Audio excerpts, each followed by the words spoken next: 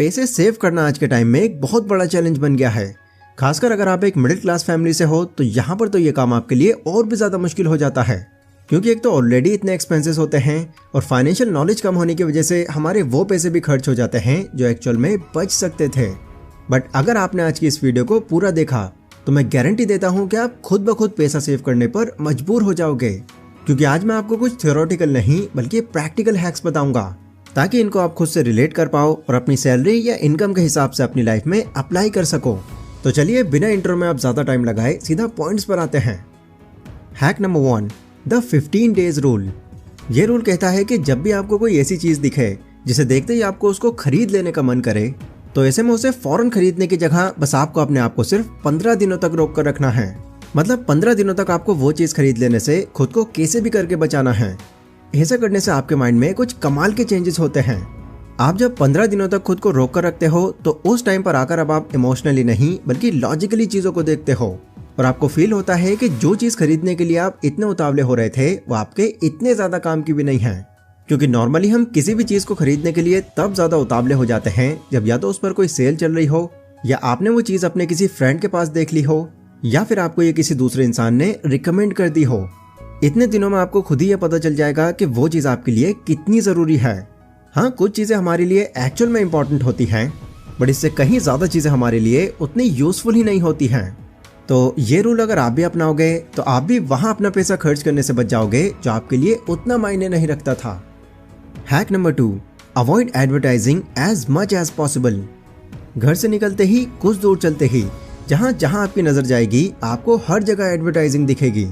कोई मार्केट हो, कोई पोल हो, कोई चौराहा हो, या फिर एक सिंपल सा बोर्ड ही क्यों ना हो, किसी न किसी चीज़ का आपको वहाँ पर प्रचार ही छपा हुआ मिलेगा। आप मान सकते हैं कि आज के टाइम में ये सब चीज़ें अवॉइड कर पाना बहुत ही ज़्यादा मुश्किल है। और मुश्किल हो भी क्यों ना, कंपनीज हमारी साइकोलॉजी से खेलने के लिए इन एडवर्टाइजमेंट्स पर लाखों करोड़ों रुपए खर्च करती हैं, ताकि जैसे ही किसी की इन पर नज़र पड़े बस वो इसे खरीदने का मन बना ले। लेकिन अगर आप एक ऐसे इंसान हैं जो अपने इमोशंस पर कंट्रोल करना जानते हैं तो किसी भी तरह के एडवर्टाइजमेंट को आप स्मार्टली बहुत आराम से अवॉइड कर सकते हो, वो भी बिना ज़्यादा सोच विचार किए। अगर मैं अपना पर्सनल एक्सपीरियंस बताऊं तो मैं भी कुछ टाइम से अपने इमोशंस पर कंट्रोल ही नहीं कर पा रहा था। मैं पहले तो हड़बड़ी में कोई भी फैसला ले लेता और फिर बाद में जाकर पछताता। लेकिन क्योंकि शुरू से ही मैं एक बुक लवर रहा हूँ तो इस चीज़ का सोल्यूशन भी मैंने बुक्स में ही ढूंढना शुरू किया। थोड़ी बहुत रिसर्च करने के बाद मुझे कोको एफएम पर एक बहुत ही यूनिक ऑडियो बुक मिली जिसका नाम था इमोशंस को कैसे कंट्रोल करें। ऑनेस्टली इस बुक की बातों को जानने के बाद मेरा चीज़ों को देखने का नज़रिया ही चेंज हो गया, क्योंकि अब मैं अपने इमोशंस पर इतना कंट्रोल कर पा रहा था कि जब भी कोई डिसीजन लेने की बात आती तो वहाँ पर भी मैं अपने इमोशंस के बेस पर नहीं बल्कि लॉजिक्स के बेस पर ही कोई फैसला लेता। ये ऑडियो बुक मैं आपको भी रिकमेंड कर रहा हूँ, ये आपकी लाइफ चेंज कर सकती है, जिससे आप भी हर मामले में इमोशनली नहीं बल्कि लॉजिकली डिसीजंस ले पाओगे। अगर आपको इमोशंस के ऊपर कोई एक बुक पढ़ने का टाइम नहीं है तो आप इसकी ऑडियो बुक को कोको एफएम पर सुन सकते हैं, कुछ और काम करते हुए भी, स्लीप मोड फीचर ऑन करके या फिर कार ड्राइव करते वक्त भी।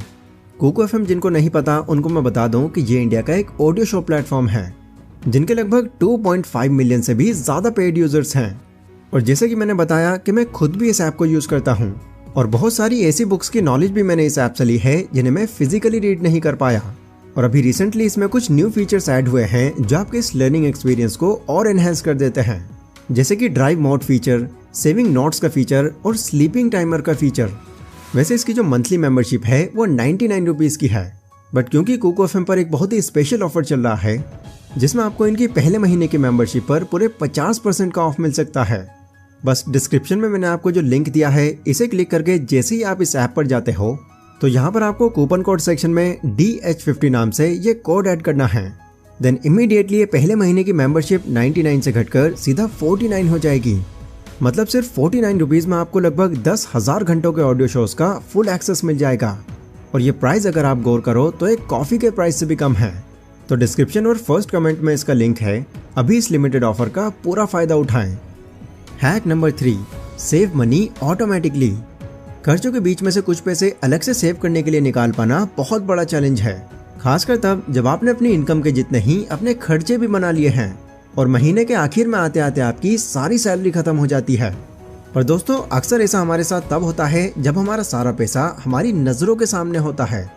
तो ऐसे में अगर आप एक ऐसा सिस्टम बना देते हो जिससे कुछ पैसा आपकी नज़रों में ही ना आए तो आपके लिए अपनी इनकम से वो पैसे बचा पाना काफ़ी आसान हो जाएगा, क्योंकि हमारा माइंड चीज़ों को अडॉप्ट करने के मामले में बहुत स्मार्ट होता है।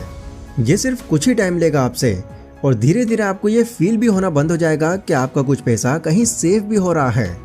इसके लिए आप बैंक में जाकर FD करा सकते हैं, SIP करा सकते हैं, या कोई भी तरीका अपना सकते हैं। मेन पॉइंट यहाँ पर यही है कि इस तरह से आप अपना अच्छा खासा पैसा बचा पाओगे।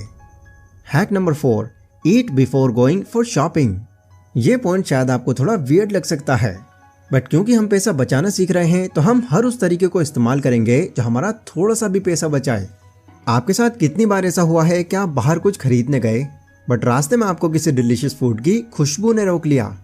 ऐसा आपके साथ कई बार हुआ होगा, और आप बिना पहले प्लान होने के बावजूद भी वो फूड ट्राई करने पहुंच गए होंगे। बट इस तरीके को अपनाने के बाद अब शायद आप यहाँ से भी पैसा बचा सको।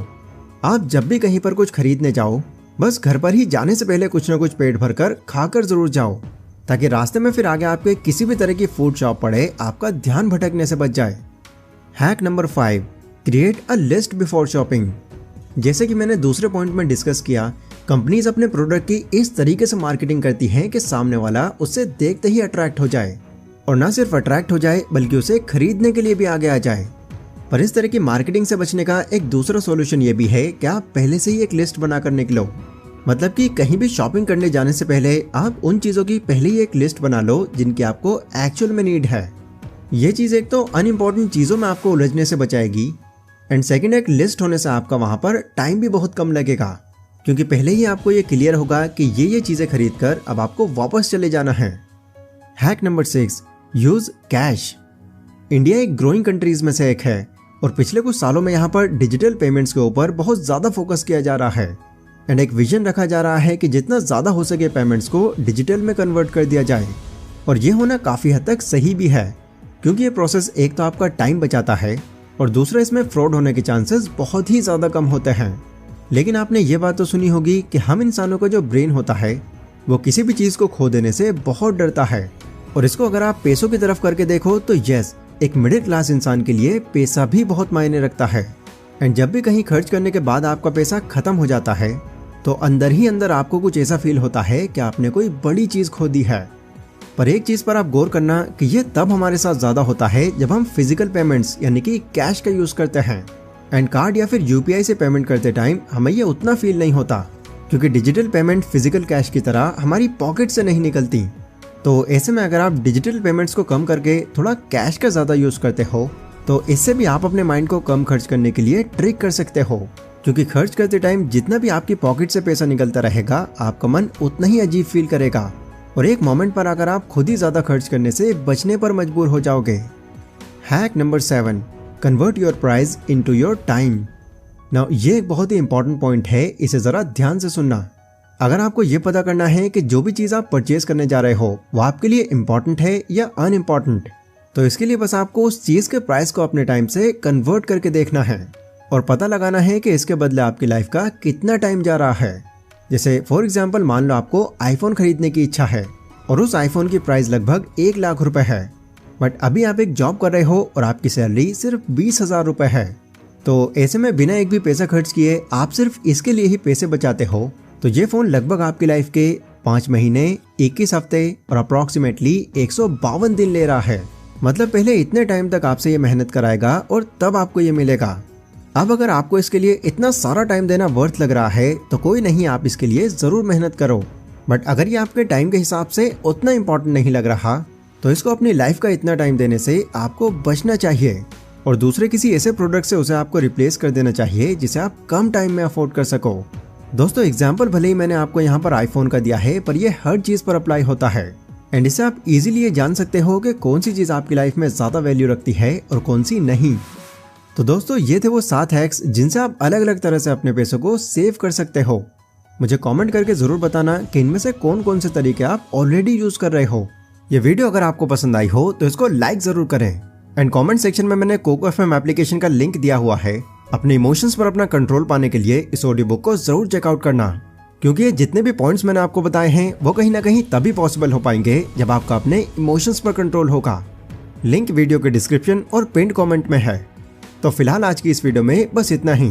मिलता हूँ आगे आपसे नेक्स्ट वीडियो में, तब तक के लिए stay safe, stay healthy, take care.